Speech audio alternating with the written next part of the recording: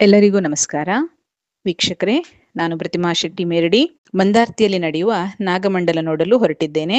ಮಂದಾರ್ತಿಯಲ್ಲಿ ಮೊನ್ನೆ ದುರ್ಗಾ ಪರಮೇಶ್ವರಿ ಮತ್ತು ಸುಬ್ರಹ್ಮಣ್ಯ ದೇವರ ಸನ್ನಿಧಿಯಲ್ಲಿ ಅಷ್ಟ ಪವಿತ್ರ ನಾಗಮಂಡಲ ನಡೆದಿತ್ತು. ಇನ್ನೊಂದು ಏಕಪವಿತ್ರ ನಾಗಮಂಡಲ ಬುಧವಾರ ಮಂದಾರ್ತಿ ಹೆಗ್ಗುಂಜಿ ದೊಡ್ಡಮನೆಯಲ್ಲಿ ನಡೆಯುತ್ತಿದೆ. 2025 ನಾಗಮಂಡಲದ ವರ್ಷ ಎನ್ನಬಹುದು. ಮೊದಲೆಲ್ಲ 10 ವರ್ಷಕ್ಕೆ ಒಂದೋ ಎರಡೋ ನಾಗಮಂಡಲ ನಡೆಯುತ್ತಿತ್ತು. ನೋಡಿ, ಇದೇ ನಾಗಮಂಡಲ ಸ್ವಾಗತ ಗೋಪುರ. ಈ ಕಡೆಯಿಂದ ಮುಂದೆ ಹೋದರೆ ಸ್ವಲ್ಪ ದೂರದಲ್ಲಿ ಮಂದಾರ್ತಿ ದುರ್ಗಾ ಪರಮೇಶ್ವರಿ ದೇವಸ್ಥಾನ ಸಿಗುತ್ತದೆ. ಸ್ವಾಗತ ಗೋಪುರದ ಹಾದಿಯಲ್ಲಿ ಸ್ವಲ್ಪ ಮುಂದೆ ಹೋದರೆ ಹೆಗ್ಗುಂಜಿ ದೊಡ್ಡಮನೆ, ಚಾವಡಿ ಮನೆ ಸಿಗುತ್ತದೆ. ಇಲ್ಲಿನ ಬಯಲು ಕಂಡರೆ ಜಾನಪದ ಗೀತೆ ನೆನಪಾಗುತ್ತದೆ. ಅಲ್ಲದೆ ಹೆಗ್ಗುಂಜಿ ಹೊಸಮನೆ, ಬಡಮನೆ ಮತ್ತು ಹಲವು ಮನೆಗಳು ಇಲ್ಲಿವೆ. ನೈಲಾಡಿ ಬಿಲ್ಲಾಡಿ ತಗ್ಗಲ್ಲಿ ಹೆಗ್ಗುಂಜೆ, ಆನೆ ಬಂದಿಳಿತು ಜೈಲಿಗೆ ಮಾರಾಯ. ನೈಲಾಡಿ ಬಿಲ್ಲಾಡಿ ತಗ್ಗಲ್ಲಿ ಹೆಗ್ಗುಂಜೆ, ಆನೆ ಬಂದಿಳಿತು ಬೈಲಿಗೆ ಮಾರಾಯ.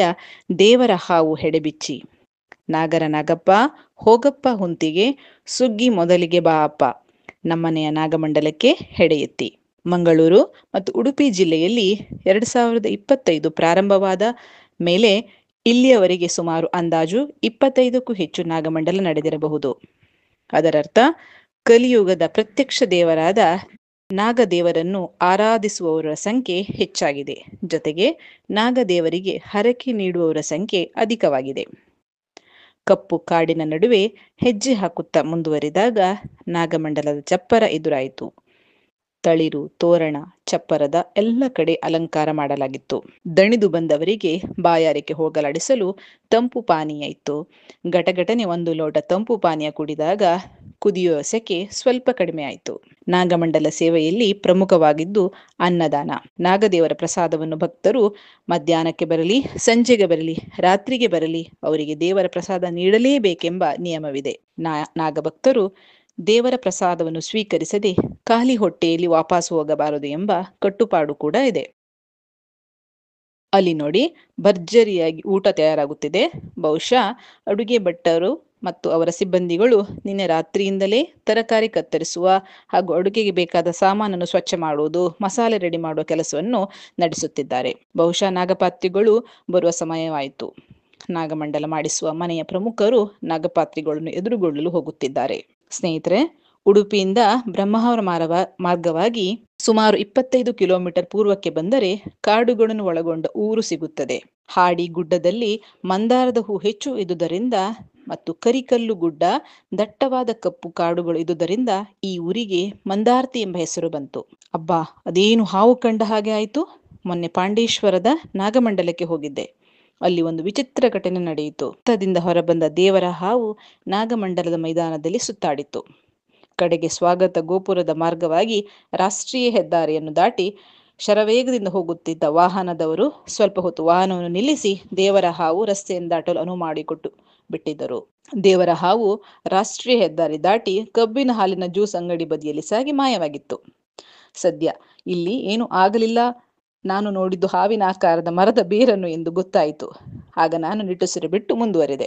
ಜಗತ್ತು ಸೃಷ್ಟಿಯಾದ ನಂತರ ಹಿಂದಿನ ಜನರು ತಮ್ಮ ನೆಮ್ಮದಿ ಮತ್ತು ಸಂತೋಷಕ್ಕಾಗಿ ಪ್ರಕೃತಿಯನ್ನು ಆರಾಧಿಸಲು ಪ್ರಾರಂಭಿಸಿದರು. ಪ್ರಕೃತಿಯನ್ನು ಸಮತೋಲನ ಮಾಡಲು ಅಶ್ವತ್ಥ ಮರ, ಬೇವಿನ ಮರ, ಪ್ರಾಣಿ ಪಕ್ಷಿಗಳನ್ನು ಒಂದೊಂದೇ ದೇವರ ವಾಹನವೆಂದು ಕರೆದು ದೇವರ ಜೊತೆಗೆ ಪ್ರಾಣಿ ಪಕ್ಷಿಗಳನ್ನೂ ಸಹ ಆರಾಧಿಸಲು ಪ್ರಾರಂಭಿಸಿದರು.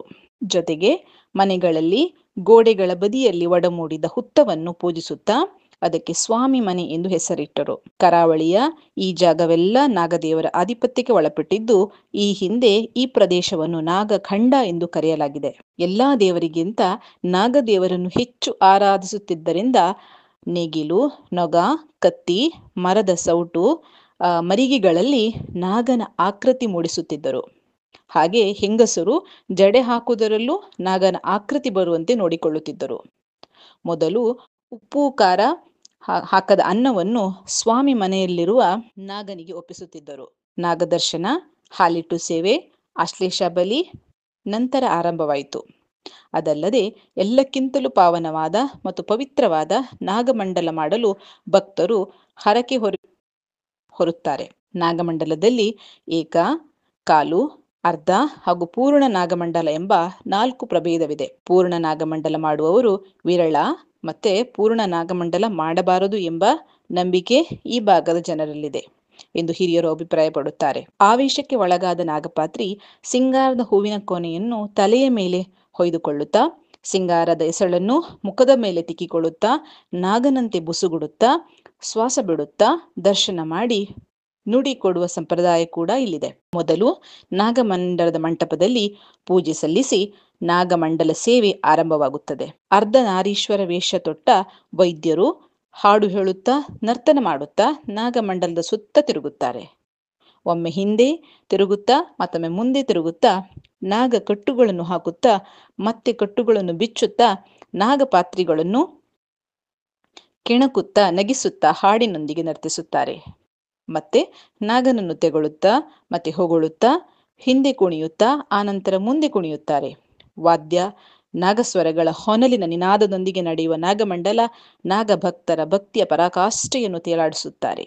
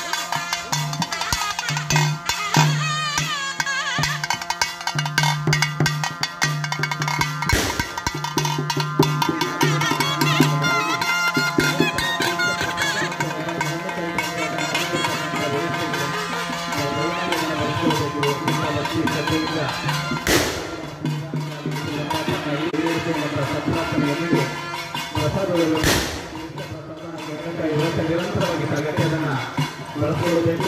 ಕೃಪೆಗೆ ಪಾತ್ರರಾಗಬೇಕು ಅಂತ ವಿನಂತಿ ಮಾಡ್ತಾರೆ. ನಾಗಪಾತ್ರಿಗಳು ಸಂವಿಧಾನಗಳಿಗೆ ಆಗಮಿಸ್ತಾ ಇದ್ದಾರೆ. 3 ವರ್ಷಗಳೊಂದಿಗೆ ಪ್ರತಿಯೊ ಬೆಳವಣಿಗೆಯ ನೆರವಿನಲ್ಲಿ ಸರ್ವತೊಂದಿಗೆ ಮಾತ್ರ ಎಂದು ನಮಗೆ ಕುಟುಂಬದ ಎಲ್ಲ ಹಿರಿಯರೊಂದಾಗಿ ಅವರನ್ನು ಅತ್ಯಂತ ಭಕ್ತಿಭಾವದಿಂದ ಸಂವಿಧಾನಗಳಿಗೆ ಸ್ವಾಗತಿಸ್ತಾ ಇದ್ದಾರೆ. ಅವರನ್ನು ಬರಮಾಡಿಕೊಳ್ತಾ ಇದ್ದಾರೆ. ಅವರಿಗೆ ಗೌರವಪೂರ್ವ ಸಂವಿಧಾನಕ್ಕೆ ಬರಮಾಡಿಕೊಳ್ತಾರೆ. ಇದರಲ್ಲಿ ಜೊತೆಯಾಗಿರುವಂತಹ ಎಲ್ಲರಿಗೆ ಕಲಶವನ್ನು ಹಿಡಿದು ಪೂರ್ಣಸಂಬ ಕಲಶದಲ್ಲಿ ಅವರನ್ನು ಸಂಘಟಿಸಿದಂತೆ ಎಲ್ಲರಿಗೂ ವಂದನೆಗಳನ್ನು ಸಲ್ಲಿಸಿದ್ದಾರೆ. ಗೌರವಾನ್ವಿತ ನಾಗಪಾತ್ರಿಗಳನ್ನು ಅತ್ಯಂತ ಬರಮಾಡಿಕೊಳ್ತೇವೆ.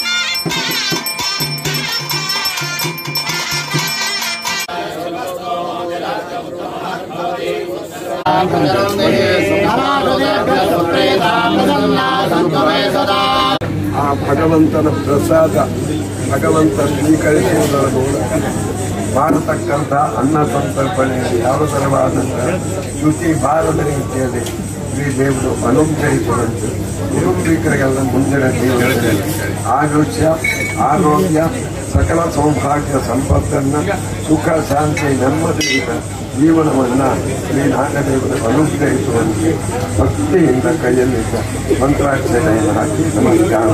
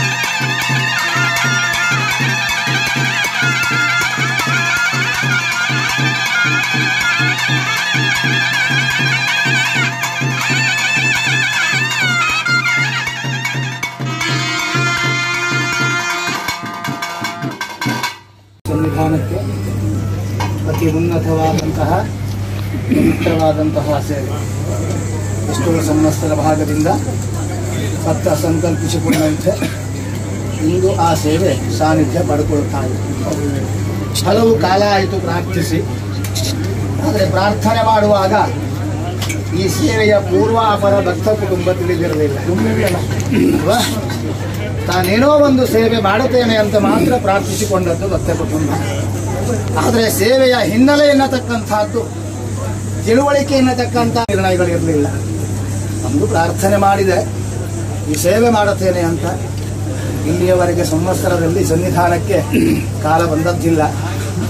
ಸ್ಥಳ ಸಾನ್ನಿಧ್ಯವನ್ನು ಜೀರ್ಣೋದ್ಧಾರ ಮಾಡಿಕೊಂಡು ಆ ಶಾಖಾ ಸಂಸ್ಕಾರ ವಿಧಿಗಳನ್ನು ಸಂಪನ್ನ ಮಾಡಿ ಚತುರ್ಥಿ ಅನಿಶ್ಚಿತಯುಕ್ತವಾಗಿರತಕ್ಕಂತಹ ತಿಲಯಾಗ, ಆ ಪ್ರಕಾರವಾಗಿ ಸನ್ನಿಧಾನ ಬಿಂಬಗಳ ಚೈತನ್ಯ ವೃದ್ಧಿಗೋಸ್ಕರವಾಗಿ ಧಾರ್ಮಿಕ ವಿಧಿಯಲ್ಲಿ ಸೂಚಿಸಿದ 10 ಹಲವಾರು ವೈದಿಕ ಕರ್ಮಾಂಗಭಾಗ ಎಲ್ಲವನ್ನು ಅತಿ ಉತ್ತಮವಾಗಿ ಬ್ರಹ್ಮ ಕುಟುಂಬ ನಿತ್ತು ಭಕ್ತನ ಸೇವೆಯಾದರೂ ಕೂಡ ತನ್ನ ಒಂದು ಸೇವೆ ಎನ್ನುವಂತಹ ದೃಷ್ಟಿಯನ್ನು ಇಟ್ಟುಕೊಂಡು ಯೋಗ್ಯ ರೀತಿಯಲ್ಲಿ ನಡೆಸಿದೆ. ಮೊನ್ನೆಯ ದಿವಸದಿಂದಲೂ ಇಲ್ಲಿಯವರೆಗೆ ಈ ನನ್ನ ಸೇವೆಗೇನು ಚ್ಯುತಿ ಬಂದದ್ದಿಲ್ಲ, ಮುಂದೆ ನನ್ನ ಸೇವೆಗೂ ಚ್ಯುತಿಯೂ ಆಗಲಿಕ್ಕಿಲ್ಲ. ಇದು ಬಹಳಷ್ಟು ಭಕ್ತಿಯಿಂದ ತಾನು ಸ್ವೀಕಾರ ಮಾಡ್ತಾ ಇದ್ದೇನೆ. ಭಕ್ತನಲ್ಲಿ ಹೇರಳವಾದ ಸಂಪತ್ತಿಲ್ಲ, ಕುಟುಂಬ ಭಾವವಂತಾಗಿ ಈ ಸೇವೆ ನಡೆಸ್ತಾ ಇದೆ. ಮುಂದೆ ಸನ್ನಿಧಾನವು ಯೋಗ್ಯ ರೀತಿಯಲ್ಲಿ ಸೇವೆಯನ್ನು ಸ್ವೀಕರಿಸಬೇಕು ಎನ್ನುವಂತಹದ್ದು ನನ್ನೆಲ್ಲ ಕುಟುಂಬ ಬಾಂಧವರ ಮನಸ್ಸಿನ ಪ್ರಾರ್ಥನೆಯಂತೆ ಸಾನ್ನಿಧ್ಯ ಸ್ವೀಕರಿಸ್ತಾ ಇದೆ. ಯೋಗ್ಯ ರೀತಿಯಲ್ಲಿ ಕರ್ಮವಿಧಿ ಆಗಿದೆ. ಇದರ ಬಗ್ಗೆ ಯಾವುದೇ ರೀತಿಯಾದಂತಹ ಸಂಶಯಗಳು ಇಲ್ಲ, ಪ್ರಶ್ನಾರ್ಥಕ ಚಿಹ್ನೆಯೂ ಇಲ್ಲ. ತಮ್ಮ ಪ್ರಿಯ ಬ್ರಹ್ಮ ಕುಟುಂಬ ತಂತ್ರವರೆಣ್ಯರು ಸ್ಥಳದ ಜೋಯಿಸರು ಅನಾದಿಯಿಂದ ನನ್ನ ಪ್ರತಿಷ್ಠೆ ಮಾಡಿ ಸಮಗ್ರವಾದ ರೀತಿಯಲ್ಲಿ ಜೀರ್ಣೋದ್ಧಾರಕ್ಕೆ ಅಣಿಯಾದ ಬ್ರಹ್ಮ ಕುಟುಂಬ ಇಂದಿನ ಎಲ್ಲ ಸೇವೆಯ ಪ್ರಧಾನ ನೇತೃತ್ವ ವಹಿಸಿಕೊಂಡಂತಹ ನನ್ನ ಬ್ರಹ್ಮ ಕುಟುಂಬ ಉತ್ತಮ ರೀತಿಯಲ್ಲಿ ಸೇವೆಯಿಂದ ಸಂತುಷ್ಟಿ ಹೊಂದಿದ್ದೇನೆ. ಇಡೀ ನನ್ನ ಕುಟುಂಬಕ್ಕೆ ಇಲ್ಲಿಯವರೆಗೆ ಈ ಭೂಮಿಯಲ್ಲಿ ಇರತಕ್ಕಂತಹ ಯಾವುದೇ ಒಂದು ಸಾನ್ನಿಧ್ಯದ ಪ್ರಕೋಪಗಳಿದ್ರೂ ಸಾನ್ನಿಧ್ಯ ಮಧ್ಯಾಹ್ನ ಕಾಲದಲ್ಲಿ ಅನುಗ್ರಹ ಕೊಡ್ತೇನೆ. ಅದಕ್ಕೆ ನಿವೃತ್ತಿ ಮಾರ್ಗ ಕೊನೆಯ ಸಂದರ್ಭದಲ್ಲಿ ಸೂಚಿಸುತ್ತದೆ ಸಂವಿಧಾನ. ಪೃಥ್ವಿ ಸಂತತಿ ಸಂಪತ್ತು ಜಲಕ್ಕೆ ಅಧಿಪತಿ ಸಾನ್ನಿಧ್ಯ. ಪ್ರತ್ಯಕ್ಷವಾಗಿ ಕಾಣ ಬಯಸುವ ಭಕ್ತನಿಗೆ ತಾನು ಪ್ರತ್ಯಕ್ಷವಾಗಿ ಕಾಣಿಸಿಕೊಂಡು ಭಕ್ತಿಪೂರ್ವಕವಾಗಿ ಪ್ರಾರ್ಥಿಸಿದವನಿಗೆ ಅನುಗ್ರಹ ಕೊಟ್ಟು ಅದು ಎಷ್ಟೋ ನನ್ನ ಭಕ್ತ ಕೋಟಿಯನ್ನ ಉದ್ಧಾರ ಮಾಡಿಕೊಂಡಂತ ಇತಿಹಾಸಗಳಿವೆ. ಹಾಗಾಗಿ ತೊನು ಮನ ಧನ ನನ್ನ ಈ ಸೇವೆ ವೈಭೋಗದಿಂದ ನಡೆಯಬೇಕು ನನ್ನ ಭಕ್ತ ಪ್ರಾರ್ಥಿಸಿಕೊಳ್ಳಿಲ್ಲ. ಅಂತೂ ಈ ಸೇವೆಗೆ ಚ್ಯುತಿಯಾಗದಂತೆ ಸಾನ್ನಿಧ್ಯ ನಡೆಸಿಕೊಳ್ಳಬೇಕು. ನಿನ್ನಲ್ಲಿ ಯಥಾಮತಿಗೆ ತಕ್ಕುದಾದ ಯಾವ ಭಕ್ತಿ ಶ್ರದ್ಧೆ ಇದೆಯೋ ಅದಕ್ಕೆ ಸರಿಯಾಗಿ ಕರ್ಮಾಂಗ ವಿಧಿಗಳು, ದೇವತಾ ಕಾರ್ಯಗಳು, ಈ ಒಂದು ವೈಭವೋಪೇತ ಏಕ ಪವಿತ್ರ ನಾಗಮಂಡಲೋತ್ಸವ ಹಾಲಿಟ್ಟು ಸೇವೆ, ಇದನ್ನ ಸಾನ್ನಿಧ್ಯ ಪ್ರಥಮ ಭಾವ ಮಧ್ಯಾಹ್ನ ಕಾಲ, 2ನೇ ಹಂತ ಹಾಲಿಟ್ಟು ಸೇವೆ, 3ನೆಯ ಹಂತ ಪವಿತ್ರವಾದ ಪ್ರಸಾದ ಭಾಗ ಮುಖಪ್ರಸಾದ ಪಡೆದು ಮುಂದೆ ಬೀಡಿನ ಒಳಗೆ ಜ್ಯೋತಿ ಮತ್ತು ಸಾನ್ನಿಧ್ಯದ ಮಂಡಲೋಪಾದಿಯ ಮುಖಪ್ರಸಾದ ಇಟ್ಟು ಸಾನ್ನಿಧ್ಯವನ್ನು ಪ್ರಾರ್ಥಿಸುವಂತಹ ಆ ಒಂದು ವಿಭಾಗದ ನಿರ್ಣಯಗಳನ್ನು ನನ್ನ ಭಕ್ತ ಕುಟುಂಬ ಇಟ್ಟುಕೊಂಡದ್ದು. ಇಲ್ಲಿಯವರೆಗೆ ಮಾಡಿದ ಎಲ್ಲ ಕಾರ್ಯವೂ ಕೂಡ ಅತ್ಯಂತ ಸಂತೋಷ ಆಗಿದೆ ಭಕ್ತ ಕುಟುಂಬ. ಸರಿ, ಪ್ರಸಾದ ಭಾಗ ಕೊಟ್ಟು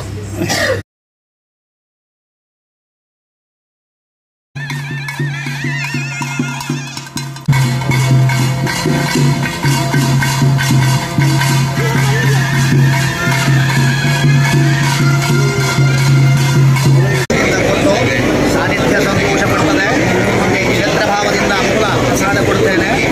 ಸಾಯಂಕಾಲದಲ್ಲಿ ಹಾಲಿಟ್ಟು ಸೇವೆಯಲ್ಲಿ ಸಾನ್ನಿಧ್ಯ ಸಂಪೂರ್ಣ ಅನುಗ್ರಹ ಇಟ್ಟು ಈ ಸೇವೆ ಕಿಂಚಿತ್ತೂ ಚ್ಯುತಿಯಾಗದೆ ಯಾವುದೇ ರೀತಿಯಲ್ಲಿ ತೊಂದರೆ ತಾಪತ್ರೆಗಳು ಮಾಡದೆ ಉತ್ತಮ ರೀತಿಯಲ್ಲಿ ನನ್ನ ಸೇವೆ ನಾನು ಮಾಡಿಸ್ಕೊಳ್ತೇನೆ. ಅನುಗ್ರಹ ಇಡ್ತೇನೆ. ಮಲ್ಲ ಪೂಜೆಯ ಪ್ರಸಾದವಾದ ಕ್ಷೇತ್ರಾಧಿಕಾರಿ